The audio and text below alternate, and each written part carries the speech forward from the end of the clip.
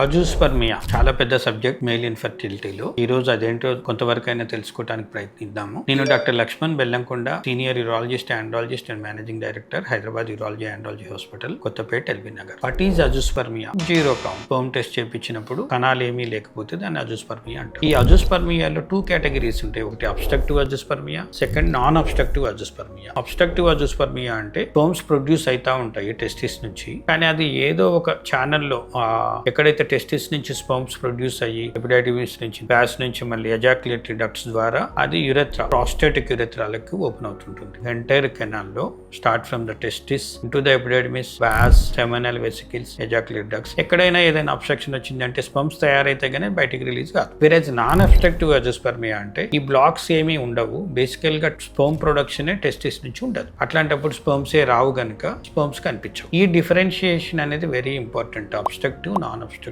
Azoospermia అనేది very very very important. That gives lot of information and helps in further treatment. ఇట్లాంటి videos ఇంకా తెలుసుకోవాలనుకుంటే నా further వచ్చే వీడియోస్ ని ఫాలో చేయండి. How to evaluate these azoospermia అనేది మనం చెప్తాను. ఈ ఇన్ఫర్మేషన్ మీ ఫ్రెండ్స్ కి ఎవరికైనా ఉపయోగపడవచ్చు. దయచేసి షేర్ చేయండి, ఫాలో చేయండి, కుదిరితే సబ్స్క్రైబ్ చేయండి. Thank you.